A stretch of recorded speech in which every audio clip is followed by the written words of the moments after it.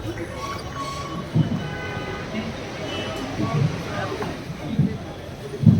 سے پہلے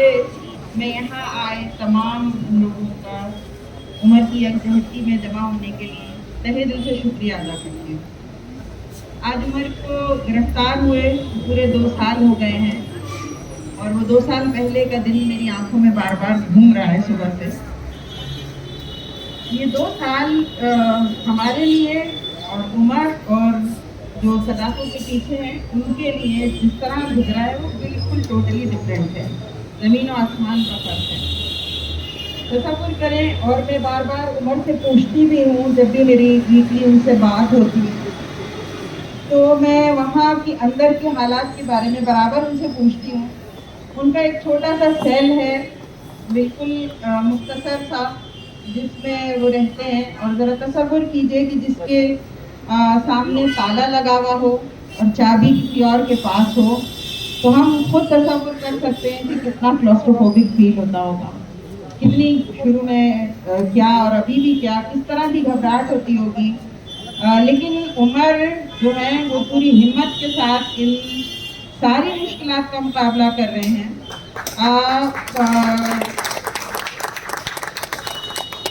جتنے لیگل ایسپیکٹ ہیں، جو ان کے خلاف FIR ہے، جو چارجز ہیں، وہ ہم ابھی سن بھی چکے ہیں اور ہم سب کو معلوم ہے۔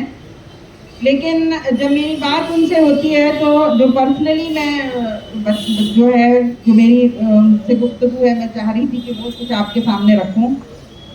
میں اکثر و بیشتر ان سے پوچھتی ہوں کہ کیا کھایا، حالانکہ عمر کے دوست سبھی جانتے ہیں کہ عمر کو کھانے پینے کا کوئی شوق نہیں ہے، لیکن ظاہر ہے کہ وہ جیل کا جو کھانا ہے اس سے دل دکھتا ہے یہ سن کر کہ انہوں نے کیا کھایا کیا نہیں کھایا۔ کچھ مہینے پہلے کورٹ میں ہیئرنگ تھی اور میں عمر سے ملاقات کے لیے گئی تھی، اور حسب معمول میں نے ان سے یہی سوال کیا کہ کچھ کھا کر آئے تھے، کیونکہ مجھے معلوم ہے کہ عمر بہت آسانی سے کوئی چیز کھانا نہیں پسند کرتے، جلدی مطلب نہیں۔ تو کہنے لگے کہ نہیں، میں جانے کے بعد کھا لوں گا۔ اور اس دن کی حالت ایسی تھی کہ ان کو جیل سے جس گاڑی میں لایا جاتا ہے، ٹرک یا وین، اب سے 2 مہینے پہلے اور زیادہ شدت کی گرمی تھی، اور ان کو یہ کہہ کر اس میں سے اتارا نہیں گیا تھا کہ نیچے جہاں رکھا جاتا ہے عدالت میں وہاں جگہ نہیں ہے، اور اسی میں کئی گھنٹے اسی کے اندر رکھا گیا تھا۔ وہ ایسا موسم تھا کہ گاڑی میں بیٹھتے ہی یہ فیل ہو رہا ہے کہ ابھی AC کام ہی نہیں کر رہا۔ اس وقت وہ پورا لوہے کا سمجھیے جال، جس میں جو گاڑی میں اس سے پہلے ہمیشہ دیکھا کرتی تھی، پولیس کی وین، مجھے نہیں اندازہ تھا کہ جو پیچھے کا دروازہ ہے اس میں داخل ہونے کے بعد یہ ایک اور دروازہ ہے، اور اس کے اندر بھی پارٹیشنز ہیں جن کو لاک کر کے الگ الگ ان کو سیپریٹ کر کے رکھا جاتا ہے۔ اس ایک چھوٹی سی لوہے کے جال میں جو تپتی ہوئی دھوپ میں وہ گاڑی کھڑی ہے، ہم تصور کر سکتے ہیں کیا۔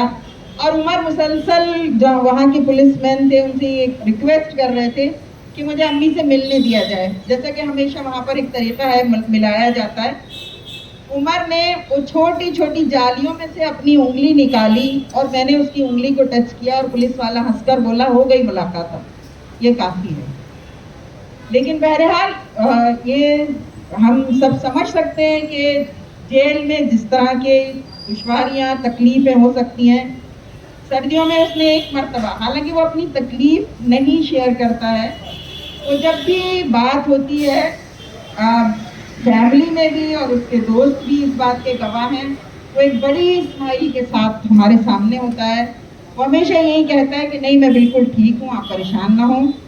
لیکن کبھی کبھی کوئی بات کرنے میں ہم اس سے کبھی نکلواتے ہیں تو اندازہ ہوتا ہے۔ سردیوں میں اس نے ایک بار بتایا تھا کہ اس سیل میں اوپر ایک روشن دان ہے جس میں سے بڑی تیز ٹھنڈی ہوا آتی ہے، اور سامنے سے جو سلاخیں، ظاہر ہے کہ دروازہ نہیں ہے۔ ہم سوچیں کہ سردیوں کی دلی کی سردیوں میں ذرا سے بھی دروازہ کھلتا ہے تو کتنی ٹھنڈ محسوس ہوتی ہے۔ اسی طرح گرمی کا بھی حال ہے کہ لو اور تپش ہر چیز جو ہے وہ ہوتی ہے۔ برسات کے دنوں میں ایک بار مجھے عمر نے بتایا کہ میری آنکھ کھلی تو میرے سامنے مینڈک تھا، خروٹ، اور جیسے ہی میں نے دیکھا تو میرے سینے پہ بھی ایک مینڈک بیٹھا، کیونکہ باہر گھاس اگ جاتی ہے اور بہت سارے ایسے ہوتے ہیں وہ سب سیل میں آ جاتے ہیں۔ تو بہرحال بہت ساری مشکلات ہیں، بہت ساری تکلیفیں ہیں، لیکن اس کے باوجود بہت ہی خوبصورتی سے عمر نے ان کو پیش کیا ہے، بہت ہی ہمت کے ساتھ ان کو وہ پیش کر رہے ہیں۔ عمر ہمیشہ سے